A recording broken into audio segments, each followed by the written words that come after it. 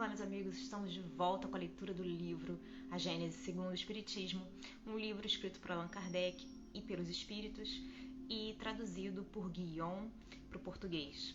E hoje a gente vai refletir sobre uma questão, uma das questões mais importantes entre todas as propostas no começo desse capítulo desse livro que a gente está lendo, que é a seguinte: que autoridade tem a revelação espírita, uma vez que emana de seres de limitadas luzes e que não são infalíveis? Então, como é que a gente pode se apoiar numa revelação de tal categoria, né? E aí, Kardec diz o seguinte: a objeção seria poderosa se essa revelação consistisse apenas no ensino dos espíritos, se deles exclusivamente a devêssemos receber e houvéssemos de aceitá-la de olhos fechados. Ela perde, porém, todo valor desde que o homem concorra para a revelação com o seu raciocínio e o seu julgamento, desde que os espíritos se limitam a pôr o homem no caminho das deduções, que ele pode tirar da observação dos fatos. Ora, as manifestações, nas suas inumeráveis modalidades, são fatos. O homem as estuda para lhes deduzir a lei que as rege, auxiliado nesse trabalho por espíritos de todas as categorias, que são mais colaboradores do que reveladores, no sentido usual do termo. Ele lhes submete aos espíritos, né, os dizeres ao controle da lógica e do bom senso.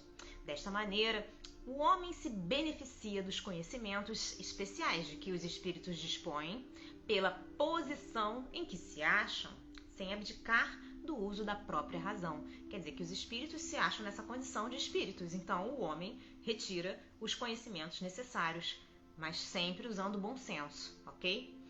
Sendo os espíritos as almas dos homens, comunicando-nos com eles, não saímos da condição de humanidade, circunstância capital a considerar-se. Os homens de gênio, que foram condutores da humanidade, vieram do mundo dos espíritos e para lá voltaram a deixar a terra. Dado que os espíritos podem comunicar-se com os homens, esses mesmos gênios podem dar-lhes instruções sobre a forma espiritual, como fazem sobre a forma corpórea. Podem instruir-nos depois de terem morrido, tal qual faziam quando vivos. Apenas são invisíveis, em vez de serem visíveis. Essa é a única diferença.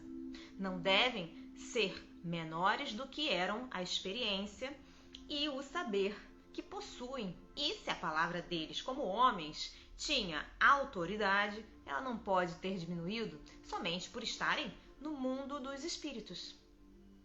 Então, gente, na verdade a gente não morre, então a gente continua.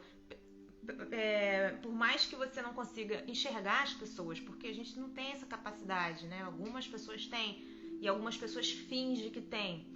E a gente não pode concluir que é impossível de ver só porque algumas pessoas fazem um circo, fazem são charlatões, né? São pessoas indignas de confiança e que enganam os outros. A gente não pode concluir que não existe a possibilidade de ver as pessoas que saíram do corpo só porque existem pessoas que são mentirosas e que abusam do fato do mundo ser invisível, sabe? A mesma coisa, olha, eu finjo que eu tenho um microscópio e eu digo que eu vi uns micróbios por causa do microscópio que eu tenho, e aí é tudo mentira minha. Só por causa disso os micróbios vão deixar de existir? Só porque eu menti dizendo que eu vi os micróbios? Não.